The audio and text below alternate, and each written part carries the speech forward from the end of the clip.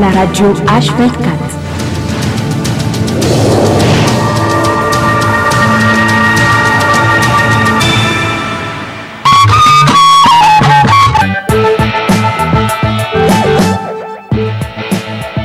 Cette grande édition d'information.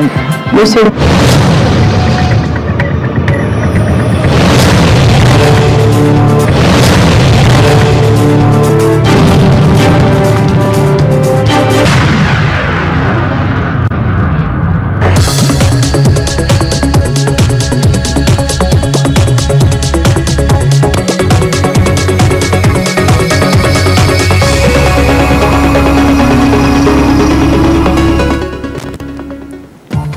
Nouveau rebondissement dans l'affaire dite des 400 milliards de francs CFA de l'ex-président Mamadou Tanja.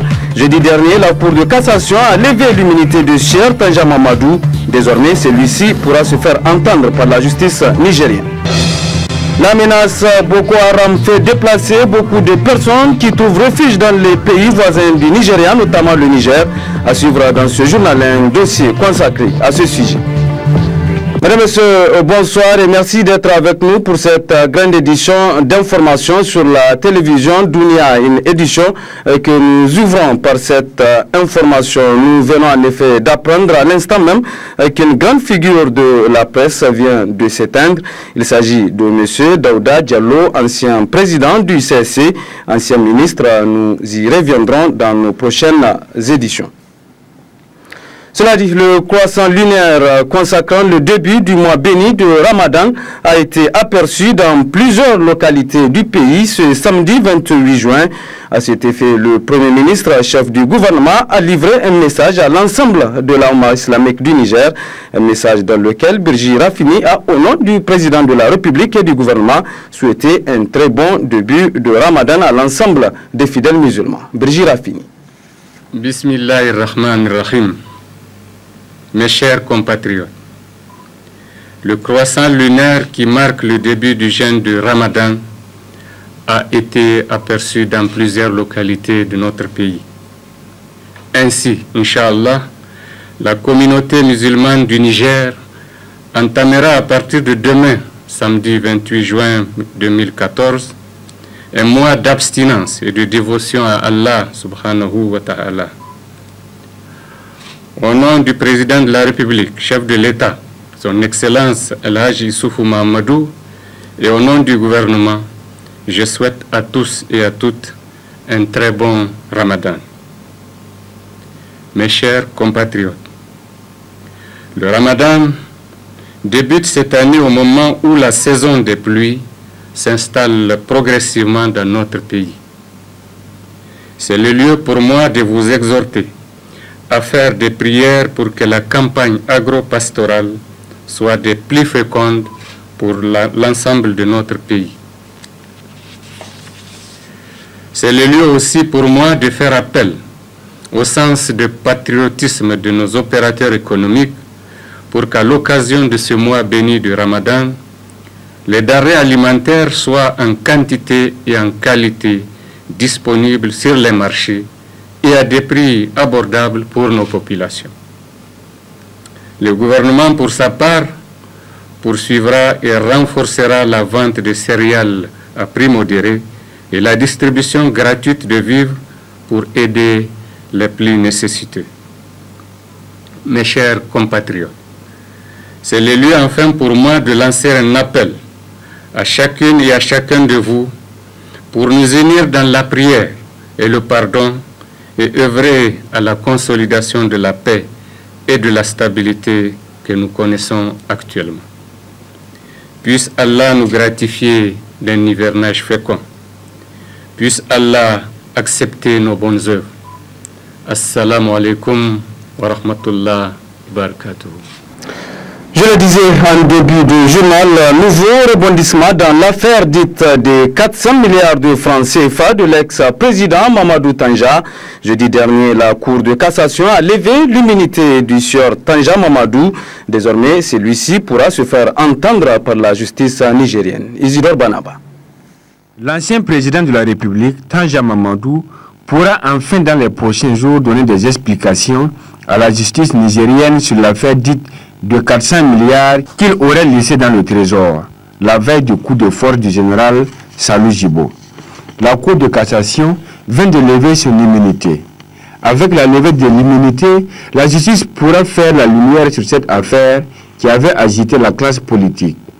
Au début de cette histoire, parti d'un enregistrement audio, les autorités actuelles avaient montré des documents qui attestaient qu'à la date indiquée par celui qui avait dirigé le pays pendant 10 ans, l'ensemble des comptes du Trésor était estimé à 40 milliards de francs CFA. En réponse, Tanja Mamadou était revenu à la charge à travers un point de presse pour confirmer qu'il avait laissé bel et bien 300 milliards. Mais cet argent serait logé dans des comptes de la Banque islamique en Arabie Saoudite. Ba a ɗauko su daga can a kawo a sa muku su a nan can suke ai amanar bankin islamiyya an ka bai ma ita zai kamata in ana aiki a nan in lokacin biyan abin ya zo wannan akwai kwamishina a nan wanda yake biye da baraji din kwamishina sai ya yarda da aikin da an ka yi kuma sai ya sa hannu kan takardar ya kawo ma minista na plan ko na finance ne shi kuma ya sa hannu sai ya aika can inda kudin suke aje kuma sai a biya su ci gaba da aiki a kudin nan da ake babatu a kansa in ana son su ga hanyoyin inda suke kuma in ana so a sani duk arzikin da a lokacin mu na shekara 10 da mun ka bari yanar da an ka sauke mu daga kujerar mulkin ƙasa a kirawo minista na finance na lokaci na ya zo ya zauna ya gaya ma 'yan ƙasa ga abin da mun ka bari ran da an ka sauke mu. L'immunité de Tanja Mamadou était donc un obstacle à l'avènement de la vérité. La barrière est désormais brisée et Tanja Mamadou devrait dans les prochains jours donner plus de détails sur cette affaire. Sur les zones de RFI, son avocat, Maître Soule Oumarou, a laissé entendre que son client pourrait désormais donner des justificatifs à la justice. Si Tanja Mamadou, à l'occasion de se laver devant les juridictions, le régime lui semble donner un signal fort, celui de la lutte contre la corruption et la gabegie. Cela fait trembler certaines personnalités bénéficiant de l'immunité et trempées dans d'autres affaires. Autre fait de l'actualité nationale, le procureur adjoint de la République a animé ce matin un point de presse relativement à l'affaire dite des bébés trafiqués du Nigeria. À travers cette sortie, le bureau du procureur de la République voulait couper court à certaines fausses informations véhiculées sur ce dossier et éclairer dans le même temps l'opinion sur la vérité de cette scabreuse affaire. Écoutons un extrait du point de presse animé ce matin par le procureur adjoint de la République. Je tiens à préciser qu'il s'agit que nous sommes encore au stade de l'enquête. Et au stade de l'enquête, on ne peut pas parler de preuves. Mais nous avons un certain nombre d'indices qui nous permettent de déduire qu'il est possible que cette infraction soit établie. Quels sont ces indices? D'abord, toutes les femmes interpellées, aucune de ces femmes interpellées ne présente avant son accouchement une grossesse apparente. Aucune de ces femmes interpellées n'a effectué de consultation prénatale au Niger. Toutes les femmes auraient accouché de leur bébé au Nigeria. Tous les bébés sont entrés au Niger par la route. Alors même que, au nom de leur consultation, ces femmes ont fait le va-et-vient en avion.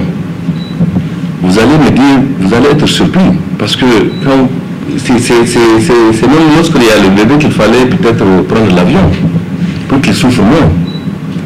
Mais il ne peut pas en être ainsi parce que les enfants n'ont pas de papier. Et quand vous devez passer par l'avion, il faut nécessairement présenter des papiers. Ensuite, toutes ces femmes, peut-être à l'exception d'eux, ont accouché de jumeaux, comme par enchantement. Garçon-fille, garçon-fille, garçon-fille. Quand vous analysez sur les familles interpellées, quand vous analysez deux familles, il y a deux familles qui totalisent 10 bébés. Vous conviendrez bien avec nous que c'est assez curieux. Nous avons énormément d'indices. Je peux vous citer encore une dizaine d'indices. Toutes ces femmes ont eu 4 rendez-vous avec la personne qui est chargée de les accoucher au Nigeria. Toutes ces femmes ont accouché à leur 4e rendez-vous. Toutes ces femmes ont bénéficié d'un certain breuvage qu'elles devaient prendre durant les 9 mois, etc., etc. Il y a énormément d'indices qui nous permettent de dire aujourd'hui que l'infraction, que ces faits peuvent être qualifiés de supposition d'enfant. À retrouver en partie magazine de cette édition l'intégralité de ce point de presse animé ce matin par le procureur adjoint de la République. Sur le front social, l'intersyndical des travailleurs du Niger était ce matin en session extraordinaire. INAG est sanctionné par une déclaration de presse axée sur l'analyse de la situation socio-économique et politique du pays, ainsi que l'interpellation de l'État du Niger à la conférence internationale du travail. Un extrait de cette déclaration avec Idrissa Djibril, le coordinateur de l'ITN. Des préoccupations des travailleurs. Considérant les accords ITN-gouvernement des 12 février et 2 novembre 2012, considérant les cahiers de doléances de l'ITN des 1er mai 2012, 2013 et 2014, constatant l'indifférence du gouvernement par rapport aux revendications contenues dans les cahiers de doléances ci-dessus, constatant la montée du front social dans certains secteurs et dont l'essentiel des revendications trouvent leur solution dans la mise en œuvre des accords signés en février et novembre 2012 entre l'ITN et le gouvernement. L'intersyndicale des travailleurs du Niger ITN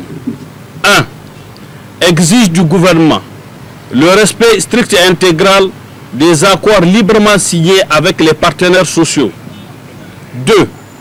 Demande l'ouverture immédiate des négociations autour des points contenus dans le cahier de doléances remis au gouvernement le 1er mai 2014. 3. Interpelle le gouvernement par rapport au respect des libertés syndicales consacrées par les conventions 87 et 98 de l'OIT ratifiées par le Niger. Grandeur de la situation sociopolitique et économique. Considérant la déclaration de l'ITN en date du 10 mai 2014, dans laquelle nous invitions les acteurs politiques à utiliser les cadres de dialogue politique existants pour aplanir leurs divergences. Considérant les conséquences fâcheuses pouvant découler d'un climat politique délétère sur la paix sociale et l'unité nationale. Considérant la signature des accords entre l'État du Niger et le groupe Areva, l'intersyndicale des travailleurs du Niger ITN déplore les déclarations peu conciliantes et les actes de violence perpétrés ça et là qui fragilisent l'unité nationale et la cohésion sociale. Invite une fois de plus la classe politique à privilégier le dialogue politique afin d'éviter au peuple nigérien des épreuves inutiles dont il n'a nullement besoin.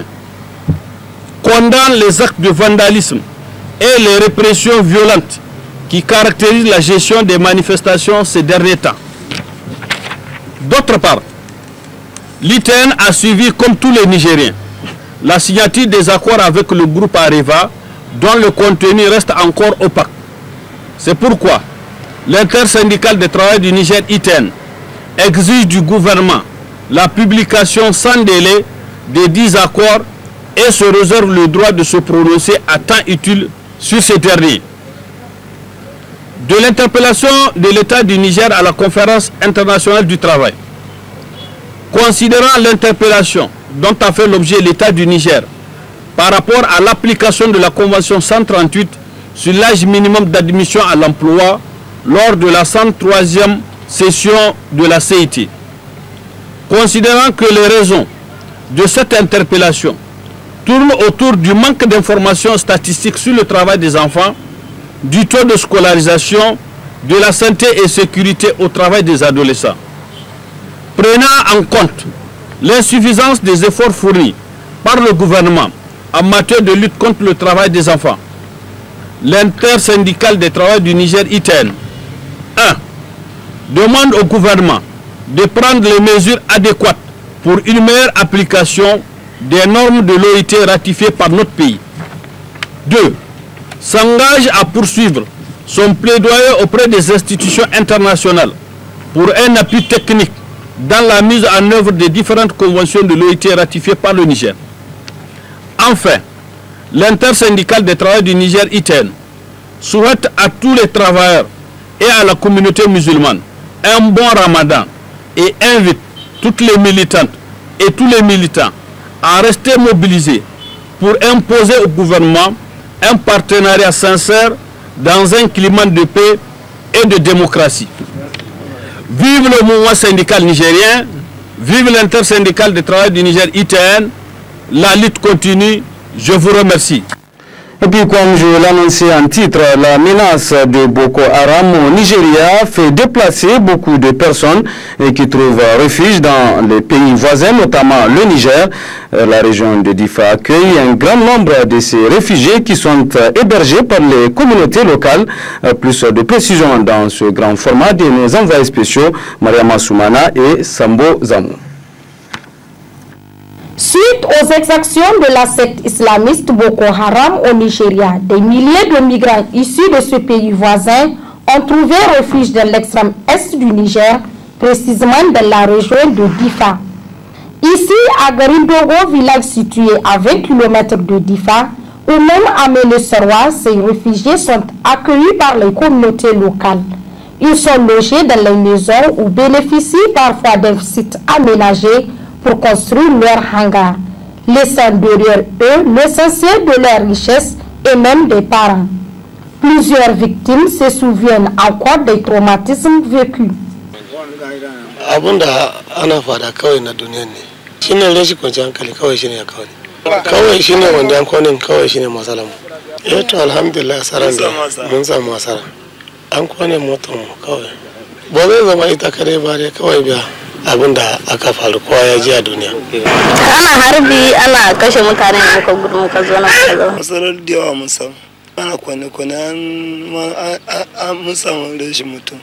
Ces réfugiés fuyant les violences au Nigeria sont certes bien accueillis par les populations locales, mais leurs conditions économiques restent tout de même précaires. Matsala banni da matsala yanzu tun da na zo lafiya lafiya matsalan banni da kaya banni da abun shi shine matsalan amma na zo lafiya la baki samu abun shi tun na zo nan baki samu komai sai yin sana'an fura yanzu amma ba bari kona biyu ma baki ba nan gari muka dawo ba abin da aka yi mana sai aka ba mu abin nan aka sa mana hannun bako an kula da mu. Pour le maire de la commune urbaine de Méné-Serwa, c'est tout à fait humanitaire de venir en aide à ces personnes. C'est d'ailleurs pourquoi les autorités administratives, avec l'appui de certaines organisations internationales, s'activent pour favoriser leur réinsertion socio-professionnelle. Pour le cas des réfugiés aussi, donc il y a cette convention aussi des réfugiés qui les protège et nous sommes aussi tenus aussi de les accueillir. Et surtout, indépendamment de cela, c'est des parents du village frontalier qui, en tout cas, qui sont venus refuge, en tout cas secours, donc nous sommes obligés aussi de les accueillir en humanisme. Nous sommes là en train de voir avec les différents organismes humanitaires tels que le HCR et nous sommes là en train de voir un projet de relogement de ces réfugiés et de se retourner. Et indépendamment de cela, donc on est là en train de voir aussi dans quelle mesure on peut aussi entrevoir leur insertion sociale. Contraints de quitter leur pays d'origine, ces réfugiés souhaitent le retour de la paix au Nigeria. Ces mouvements de population nigériane vers le Niger risqueraient d'engendrer un déficit alimentaire dans cette zone semi-désertique où les ressources sont déjà rares. Je le disais également en début de ce journal, le croissant lunaire consacrant le début du mois béni de Ramadan a été aperçu dans plusieurs localités du pays ce samedi 28 juin. À cet effet, le Premier ministre, chef du gouvernement, a livré un message à l'ensemble de la Oumma islamique du Niger, un message dans lequel Brigitte Rapini a, au nom du président de la République et du gouvernement, souhaité un très bon Ramadan à l'ensemble des fidèles musulmans. Bismillahirrahmanirrahim. Mes chers compatriotes, le croissant lunaire qui marque le début du jeûne de Ramadan a été aperçu dans plusieurs localités de notre pays. Ainsi, Inch'Allah, la communauté musulmane du Niger entamera à partir de demain un mois d'abstinence et de dévotion à Allah subhanahu wa ta'ala. Au nom du président de la République, chef de l'État, son Excellence El-Hajj Issoufou Mahamadou, et au nom du gouvernement, je souhaite à tous et à toutes un très bon Ramadan. Mes chers compatriotes, le Ramadan débute cette année au moment où la saison des pluies s'installe progressivement dans notre pays. C'est le lieu pour moi de vous exhorter à faire des prières pour que la campagne agro-pastorale soit des plus fécondes pour l'ensemble de notre pays. C'est le lieu aussi pour moi de faire appel au sens de patriotisme de nos opérateurs économiques pour qu'à l'occasion de ce mois béni de Ramadan, les denrées alimentaires soient en quantité et en qualité disponibles sur les marchés et à des prix abordables pour nos populations. Le gouvernement, pour sa part, poursuivra et renforcera la vente de céréales à prix modéré et la distribution gratuite de vivres pour aider les plus nécessiteux. Mes chers compatriotes, c'est le lieu enfin pour moi de lancer un appel à chacune et à chacun de vous pour nous unir dans la prière et le pardon et œuvrer à la consolidation de la paix et de la stabilité que nous connaissons actuellement. Puisse Allah nous gratifier d'un hivernage fécond. Puisse Allah accepter nos bonnes œuvres. Assalamu alaikum wa rahmatullah wa barakatuh. Autre aspect de ce journal, le programme Paix à travers le développement PDF2 de Maradi a organisé hier une conférence sur les pratiques religieuses. D'autres précisions dans cette correspondance de notre correspondant permanent là-bas, Alzuma Seni Soumaïla. Les différentes tendances religieuses, les enseignants des écoles coraniques, les imams, bref, tous les acteurs sociaux de la région de Maradi sont représentés à cette conférence organisée par l'USAID PDF2 dans la ville de Maradi sous le thème « Les causes et les conséquences des divergences dans les pratiques religieuses ». Ce grand thème est disloqué en 4 sous-thèmes, dont le premier est l'origine historique des divergences dans la religion musulmane. Et le deuxième, la gestion non violente de ces divergences-là. Le troisième, c'est les divergences et le respect de la différence dans la religion. Et nous avons le quatrième qui est l'innovation dans la religion musulmane. L'objectif de PDF à travers toutes ces activités, c'est de réduire le risque de l'extrémisme violent. L'extrémisme violent, c'est en fait tous les facteurs, tout ce qui peut contribuer à une dégénération d'une situation, qu'elle soit sociale, politique, économique. Je souhaite que ce qui sera fait à travers cette conférence-là, d'abord, soit compris par tous les participants, par tous les auditeurs, et soit surtout utilisé comme un guide, comme un support pour asseoir en fait la paix de façon définitive au Niger et pour asseoir une compréhension mutuelle entre les musulmans. Ces activités de l'USAID PDF2 dans les communes de la ville de Maradi contribuent au maintien d'un climat de paix dans les communautés. Et nous, en tant que représentants de la population, nous connaissons certes les problèmes qu'il y a au sein de la société. C'est surtout le problème religieux. Et donc, pour contrecarrer toutes ces actions qui peuvent amener les gens à une sorte de violence, alors nous avons approché donc PDF2 qui nous a aussi approché pour qu'on puisse combiner nos efforts pour effectivement chercher à créer un climat de paix au sein de notre société musulmane. Les thématiques qui sont développées lors de cette conférence vont édifier les participants sur les principes de l'islam, davantage à faciliter les dialogues interreligieux. À Niamey, le conseil d'administration de la société Asusu SA a célébré hier après-midi ses 10 ans d'existence, une cérémonie au cours de laquelle de nombreux prix ont été décernés aux agents qui se sont fait distinguer au travail. Aïssa Ibrahim.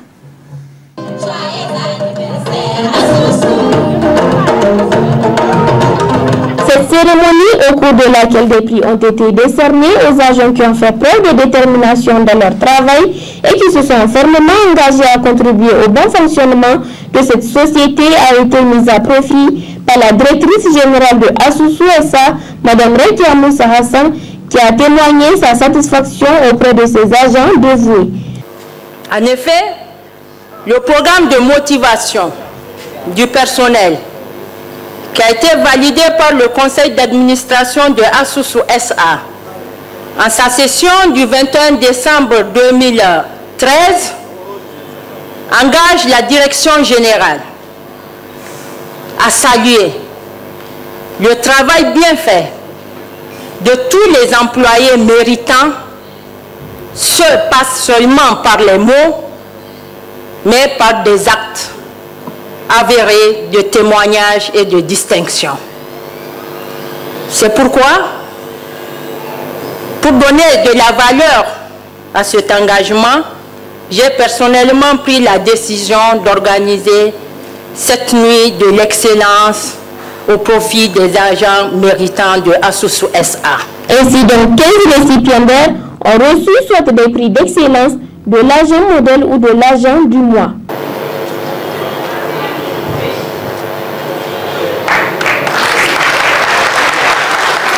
Oui, parce qu'il faut que les gens sachent que c'est du concret. Hein, c'est son certificat de satisfaction, toujours des mains de l'honorable député. Ça, c'est... Monsieur le commissaire a bien vu. Ensuite, le certificat de satisfaction.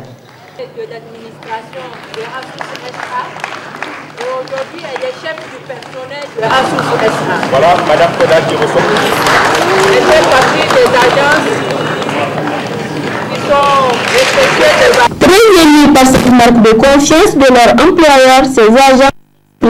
Un sentiment de satisfaction, non seulement pour moi-même, et aussi pour l'ensemble de mes collaborateurs qui ont contribué, chacun à son degré de responsabilité au résultat que Asusu a honoré aujourd'hui.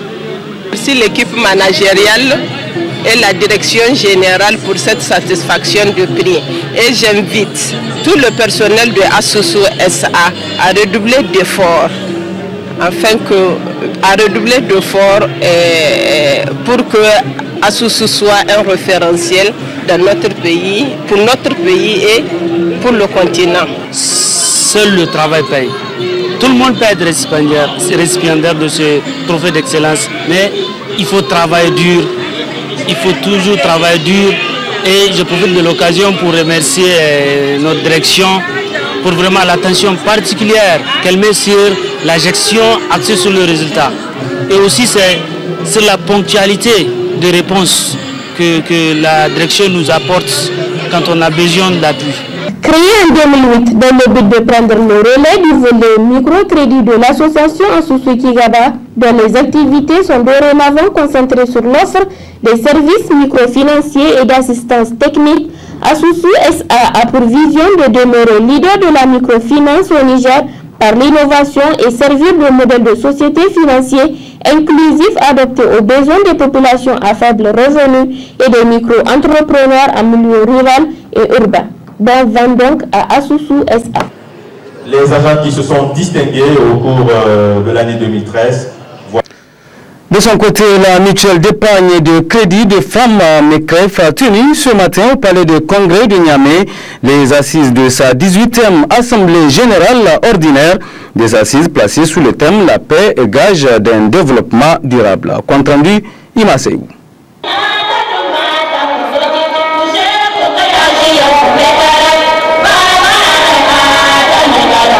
La paix, gage d'un développement durable, c'est sous ce thème que s'est ouverte la 18e Assemblée Générale Ordinaire de la Mutuelle d'épargne et de crédit des femmes MECREF. Elle a entre autres objectifs d'adopter le procès verbal de la dernière Assemblée Générale, de présenter et d'adopter les résultats financiers, de présenter et d'accepter les synthèses des rapports annuels des organes. La vice-présidente du conseil d'administration de la Mutuelle d'épargne et de crédit des femmes a dans son allocution présenté la MECREF.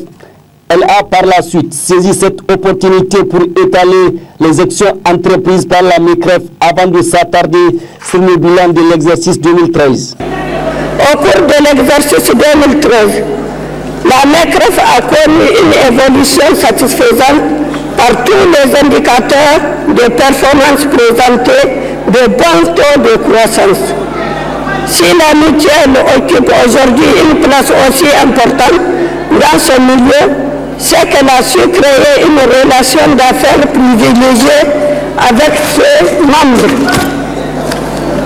Ce faisant,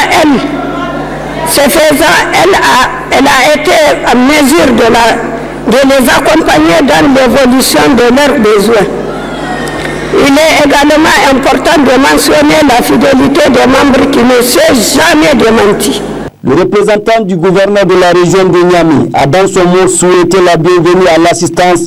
Il a par ailleurs salué les efforts fournis par la MECREF pour l'autonomisation de la femme nigérienne. La présidente de la Congafen a quant à elle remercié la MECREF avant de démontrer toute l'importance de la femme dans le développement d'un pays et a réaffirmé tout leur engagement à accompagner la MECREF dans ce combat noble.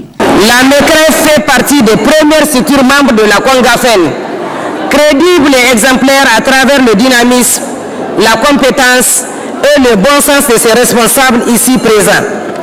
La coordination des ONG et associations féminines du Niger, j'ai nommé la Congafen, vient en ce moment pour soutenir et témoigner les efforts fournis par la MECREF à travers ses actions de visibilité, de la promotion de l'autonomie économique des femmes dans le domaine entrant dans le cadre de la lutte contre la pauvreté, la lutte contre l'insécurité alimentaire et l'encourage à continuer dans ce processus afin que les femmes nigériennes puissent prendre toute leur place dans la vie publique, que leur initiative économique soit encouragée et qu'elles soient fières de leur réalisation. Procédant à l'ouverture, la représentante du ministre de la Population, de la Promotion de la Femme et de la Protection de l'Enfant a félicité la MECREF pour son combat en vue d'une autonomisation de la femme nigérienne. La MECREF regroupe en son sein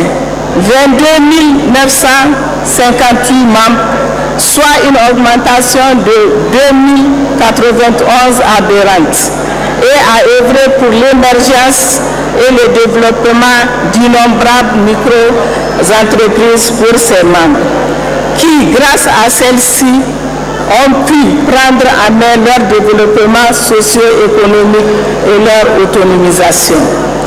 Il me plaît aussi, en cette heureuse circonstance, d'exprimer toute ma fierté et mes vives félicitations à l'endroit de cette mutuelle qui s'active pour la promotion économique et sociale de la femme, gage de la paix à travers la collecte de l'épargne et l'octroi de crédit.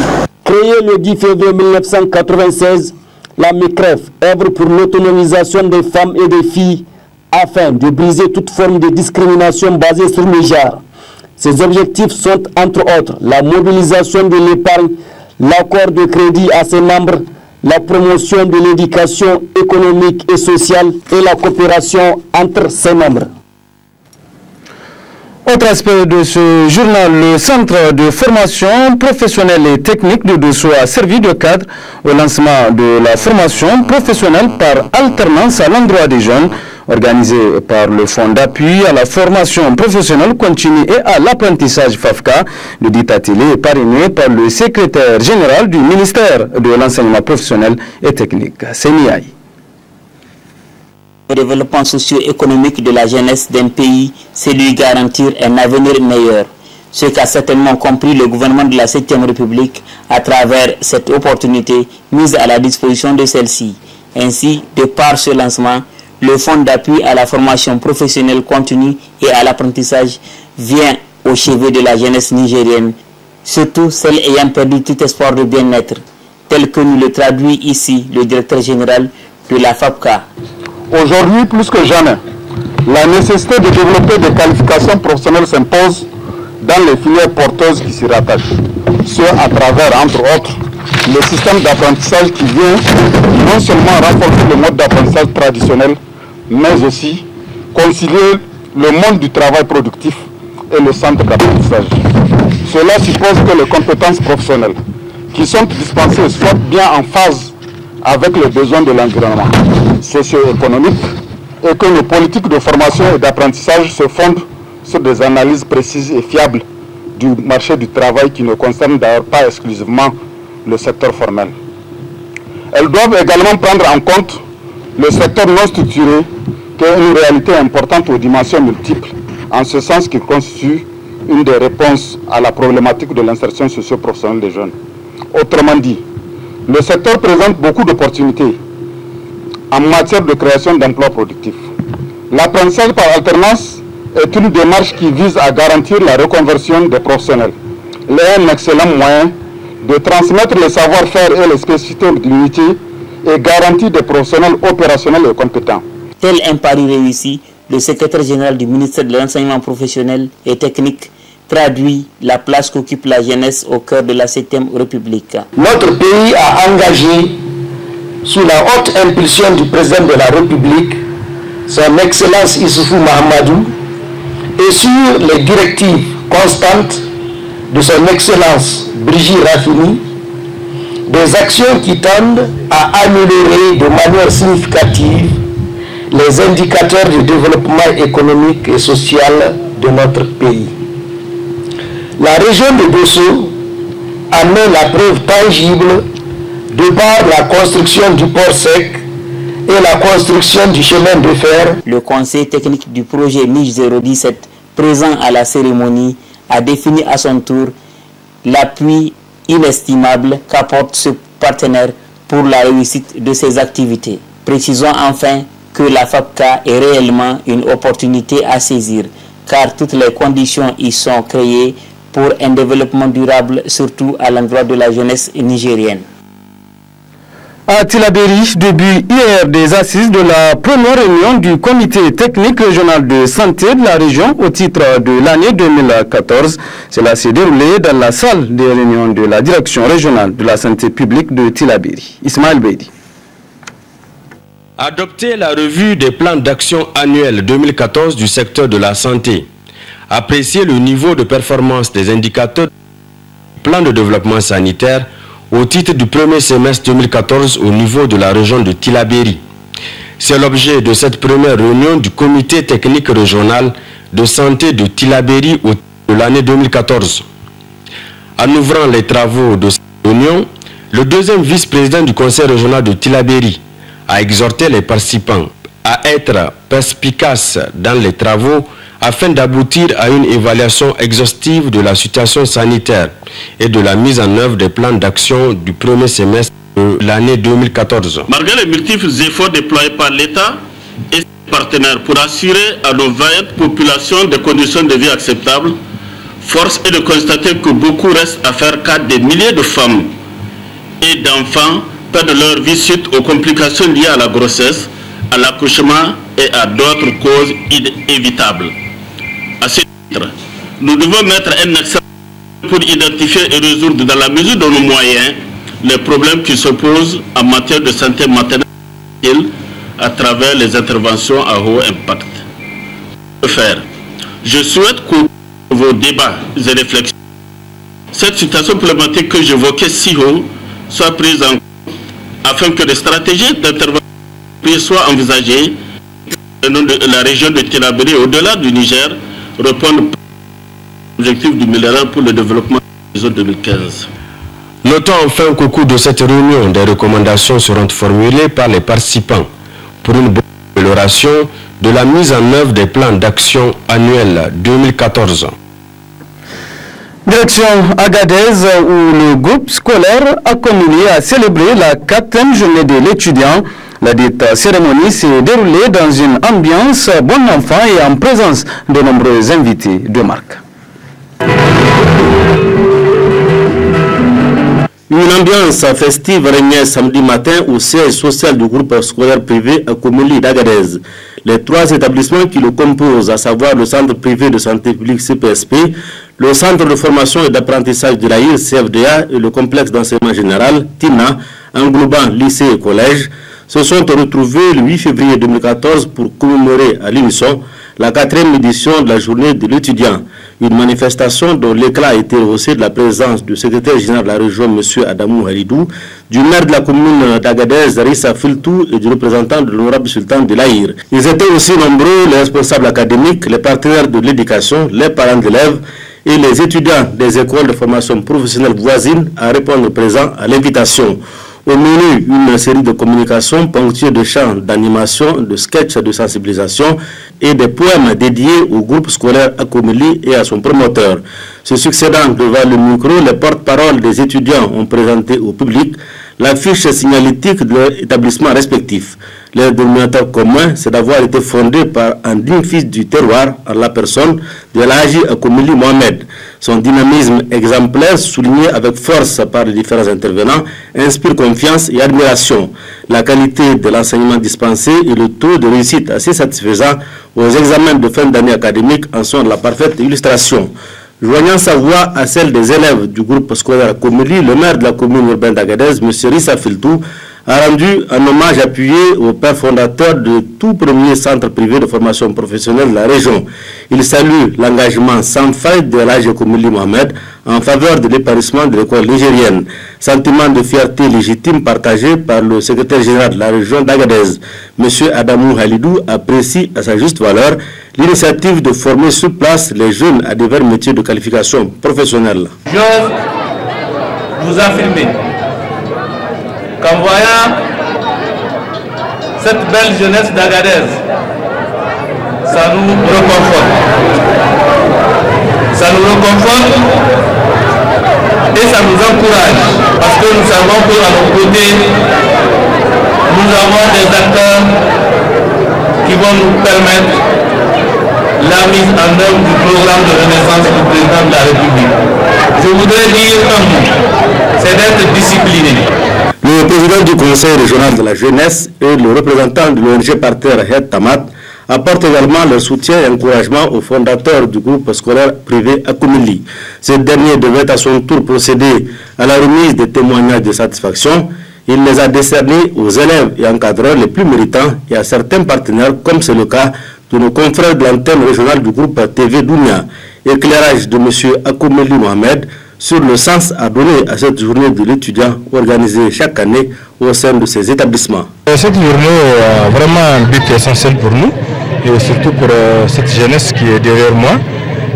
Non seulement c'est pour créer la solidarité en milieu scolaire, il y a aussi lieu de récompenser les meilleurs élèves, en tout cas qui ont bien travaillé au niveau de l'établissement. Les enseignants aussi qui ont fait preuve de l'assiduité et de bons services. Donc vraiment c'est les lieux de leur mettre des témoignages de satisfaction et remercier les autorités aussi qui nous accompagnent et les partenaires de l'école pour vraiment tout ce que vous voyez là. Les 3 établissements du groupe scolaire privé à Komeli, faut-il le noter, compte un effectif total de 823 élèves à toutes sections confondues. Le CPSP, spécialisé dans le domaine de la santé, présentera cette année sa première promotion du niveau supérieur dans les filières infirmiers diplômés d'État IDE et sages-femmes. Bon vent aux promoteurs du groupe scolaire Akomeli. Du sport, dans cette édition d'information, la Fédération nigérienne de Jiu-Jitsu a organisé hier après-midi à l'Académie des arts martiaux de Niamey une cérémonie à travers laquelle plusieurs joueurs pratiquants de cette discipline ont été récompensés. Omar Hamma. Jauger le niveau des joueurs pratiquants de Jiu-Jitsu, envie de récompenser les meilleurs élèves et les promettre au grade supérieur. C'est l'objet de cette rencontre qui a réuni les membres de la Fédération nigérienne de Jiu-Jitsu et les joueurs apprenants de cette discipline. Après plusieurs démonstrations suivant les différentes catégories sous l'appréciation des techniciens de la Fédération, les pratiquants qui se sont fait remarquer dans la discipline se sont vus promus au grade supérieur. Selon le président de la Fédération, le Jiu-Jitsu est aujourd'hui un sport en pleine expansion. Nous sommes là ce soir, c'est pour vraiment une récompense, une sorte de récompense de nos meilleurs élèves. C'est-à-dire ceux qui ne sont pas, ceux qui sont tout le temps sur le terrain, qui se donnent. Le Jiu-Jitsu, je peux dire que c'est la discipline qui se porte meilleure aujourd'hui au Niger. C'est une discipline où nous avons les membres de la fédération, les techniciens, les pratiquants, d'où il n'y a pas de problème. Quant aux précurseurs de cette discipline, cette mise au point annonce les préparatifs du championnat national de Jiu-Jitsu qui se tiendra du 14 au 16 août prochain à Niamey. Une occasion qui va permettre à la fédération de sélectionner les pratiquants qui vont représenter le Niger au prochain championnat africain. Le but de cette convention, en fait, c'est un regroupement général de l'ensemble des licenciés inscrits à la Jiu-Jitsu. La convention devrait s'étendre jusqu'à l'intérieur du pays, mais compte tenu des difficultés de déplacement, nous nous contentons de regrouper tous les clubs de Niamey. Maintenant, c'est de voir, de juger l'effectif, de faire une nouvelle liste de présence, de recontrôler les licences et en même temps faire sortir nos statistiques parce qu'il y a certains combattants et on leur fait comprendre qu'on ne les oublie pas. Et on essaie de détecter à travers cette convention celui qui est là, qui se tient, qui se porte bien physiquement. Et en marge avant le championnat, on sait déjà l'effectif qu'on a et on sait les athlètes qui seront prêts pour le championnat.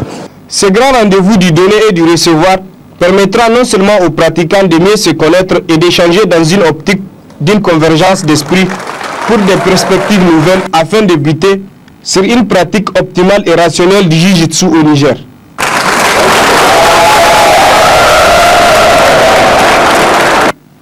Et puis la première édition des compétitions nationales de natation organisée par les forces de défense et de sécurité s'est tenue hier après-midi à la piscine olympique de Niamey. Au terme de la dite compétition, plusieurs équipes de la corporation ont été primées. Aïssata Issakindou. Encourager et créer un cadre de distraction pour les forces de défense et de sécurité. Tels sont les objectifs de cette première édition du concours national de natation. Ce concours parrainé par la Sonitel a mis en compétition plusieurs corporations de l'armée nigérienne à l'issue de la compétition. Le premier prix revient aux sapeurs-pompiers, le deuxième prix revient à la garde nationale et la gendarmerie nationale repart avec le troisième prix. En parrainant cette compétition, la Sonitel veut donner un coup de pouce à l'ensemble de ces personnes qui veulent aujourd'hui faire de la natation, un sport qui doit avoir sa place dans tous les autres sports au Niger. Et je pense qu'il y a des jeunes, il y a des civils comme des militaires, il y a des simples nageurs qui veulent nager, qui veulent apprendre, il y a qui le font pour leur santé, il y en a qui veulent compétir. Je pense qu'en leur donnant un coup de main, en le soutenant, je pense qu'on peut avoir de vrais nageurs comme on le souhaite et qu'on peut participer à toutes les compétitions, aussi bien régionales qu'internationales. Venu manifester la volonté des autorités à accompagner toute initiative visant à promouvoir le sport, le représentant du gouverneur a salué cette édition de natation qui concerne les forces de défense et de sécurité. Ce n'est pas la première fois d'ailleurs, ça fait la troisième fois que je participe à de telles manifestations. La nage, vous savez, on dit que c'est le sport le plus complet, mais c'est également le parrain pauvre de notre sport. Il va falloir donner un coup de pouce. Moi, je suis très content que les sociétés s'intéressent à la nage.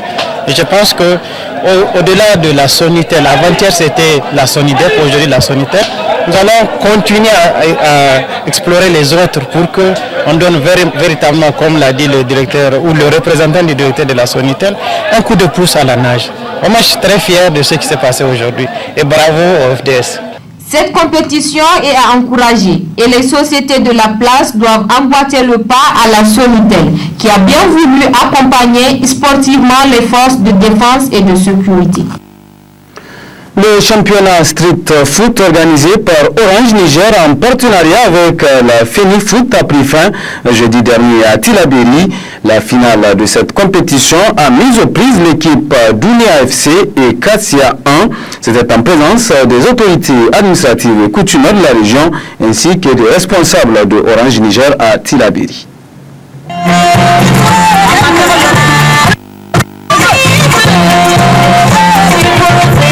Après Difa, Zender, Maradi, Tawa, Agadez, Dosso, c'est au tour de la région de Tillabéri de vibrer au rythme de street foot organisé par Orange Niger en partenariat avec la Fédération nigérienne de football, FENIFOOT. Un championnat qui, tout comme dans les 6 autres régions, a mis en compétition 8 équipes de jeunes talents. Avec le sacre de l'équipe Dounia FC qui a battu en finale l'équipe Kabia 1 par le score de 2-0. L'entraîneur et le capitaine de Dounia FC ne cachent pas leur satisfaction. Ils sont les meilleurs parce que à travers ce tournoi, on peut voir des jeunes talentueux de Tillabéri et ce genre de tournoi permettrait de voir le développement du football régional et national. Nous sommes très contents du tournoi parce que nous l'avons remporté. Nous remercions notre coach et puis les supporters. Nous remercions Orange de nous avoir permis de jouer jusqu'à remporter le tournoi. Nous nous encourageons très fort. Bien que perdante, l'équipe Kabia 1 salue l'initiative et encourage Orange Niger. C'est tout d'abord on a perdu face à une compétente, je peux le dire, quand on n'a pas été vraiment compétent. Ils ont joué, c'est vrai. On est arrivé avec une seule ambition, mais aussi avec le fair play. C'est ça, c'est seulement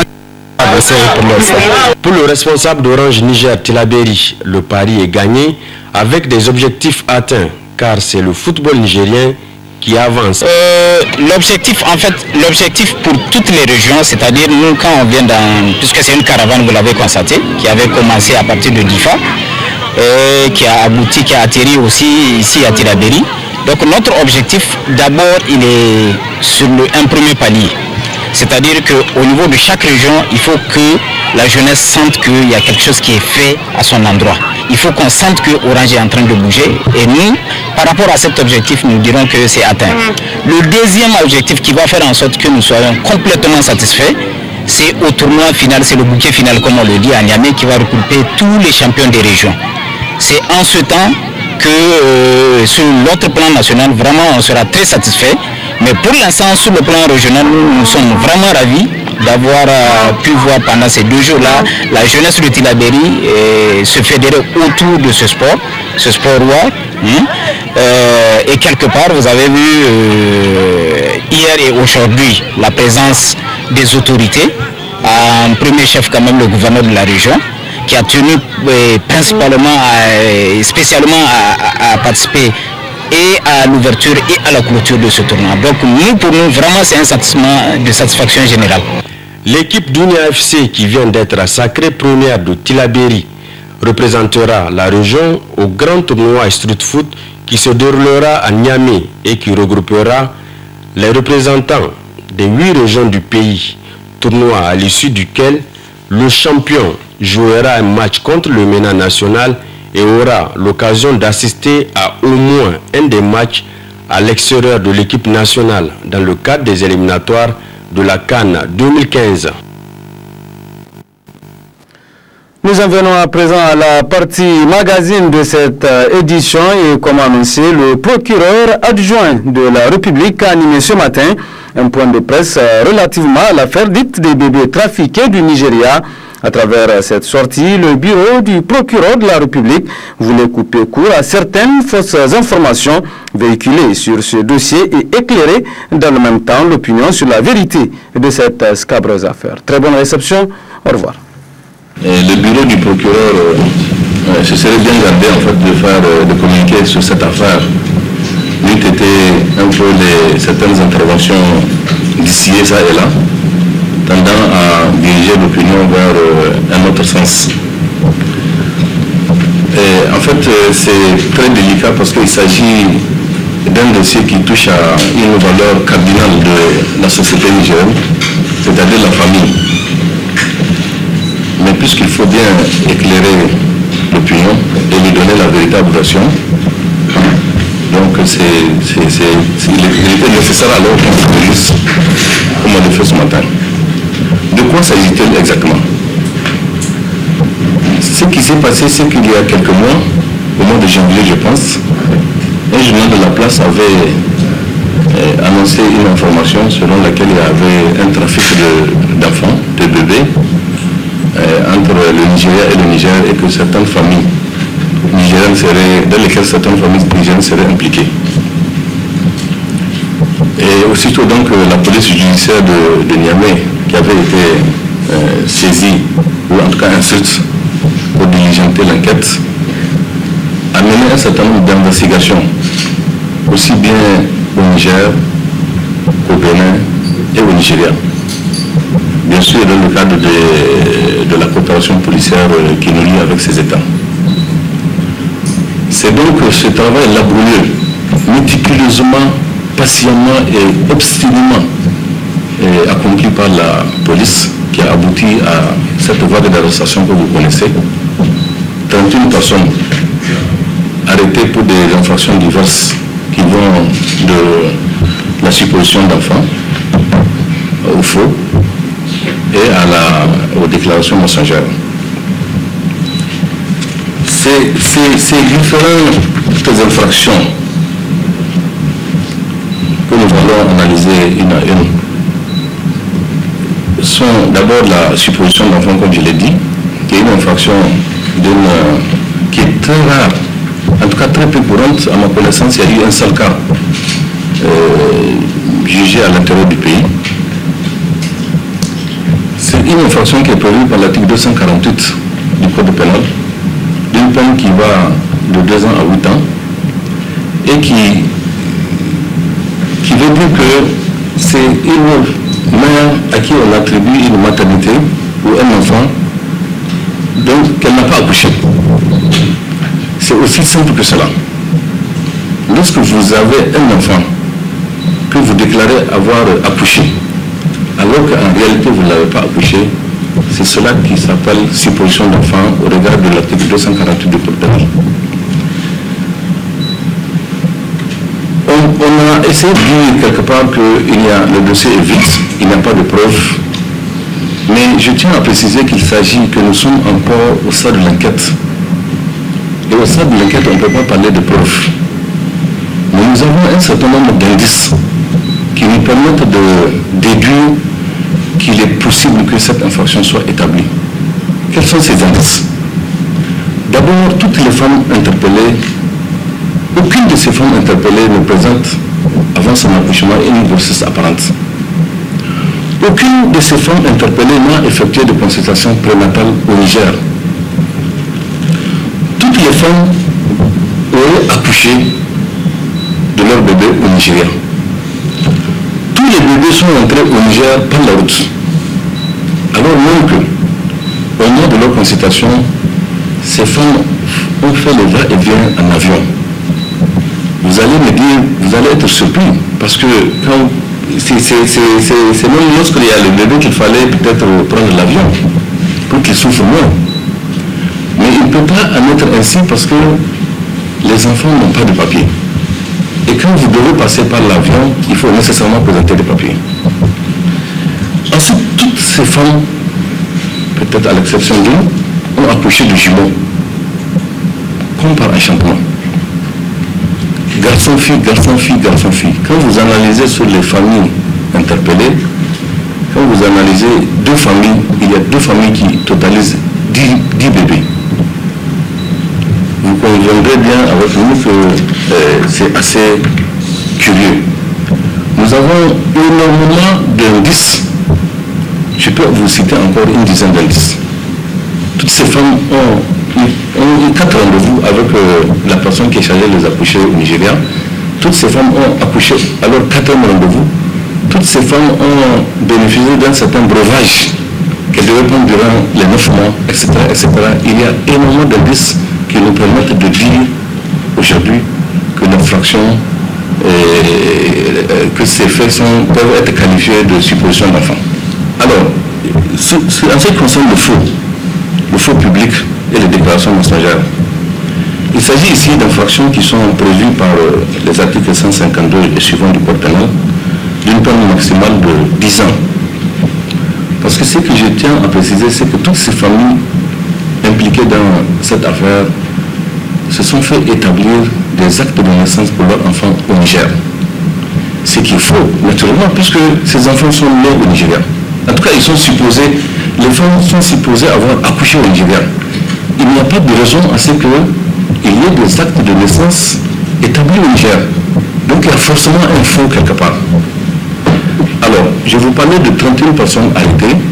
Sur ces 31 personnes, il y a un certain nombre de personnes qui étaient suspectées d'avoir commis ces actes faux, d'avoir posé ces actes faux.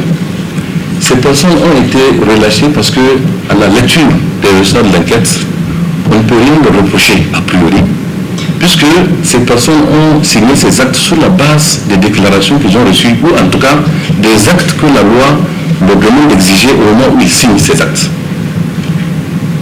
Je ne sais pas si je me suis fait bien comprendre, parce qu'en matière d'actes d'état civil, vous n'êtes pas comptable des déclarations qui peuvent être contenues dans l'acte.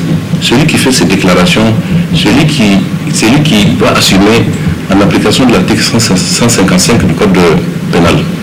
C'est cela qu'on appelle la déclaration mensongère. C'est pour cela que sur les 31 personnes déférées au parquet, 18 ont été poursuivis pour ces infractions de supposition d'enfants, de faux et usage de faux, et également de déclaration mensongère, parce que je dois préciser également que certaines familles ont fait usage de ces actes, puisque certains de ces enfants ont voyagé, des papiers, des nationalités ont été établis pour ces enfants, des passeports ont été établis pour ces enfants, donc il y a eu en plus usage de ces actes qui sont manifestement faux. Alors, je pense que au lieu de réfléchir sur la manière de gérer ce dossier pour que ça soit moins douloureux pour notre peuple à la veille de Ramadan, ce n'est pas bien d'aller vers des considérations telles qu'on a entendu ça et là. Voilà en réalité la véritable version de ces faits. L'enquête est en cours, un juge d'instruction a été saisi. Sur les 18 personnes que nous avons poursuivies, 17 personnes ont été placées en détention et une personne laissée en liberté. Et voilà ce que j'avais à vous dire, je vous remercie.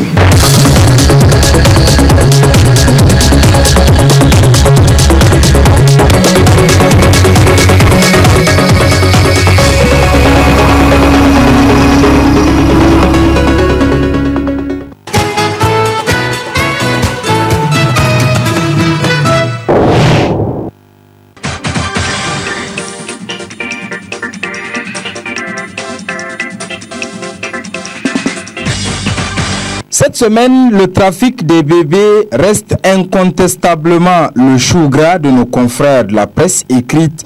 Ainsi donc, le journal L'Événement titre « Des mandats dépôt décernés dans cette affaire de trafic de bébés ». Selon les informations du journal, 31 personnes présumées coupables de trafic de bébés, dont 9 femmes et leurs époux, 8 accompagnatrices, des complices et des faussaires. 17 ont été inculpés du chef d'accusation de supposition d'enfants faux et usage de faux et association de malfaiteurs par le juge en charge du dossier qui les a placés sous mandat de dépôt avant d'être envoyés en prison, souligne toujours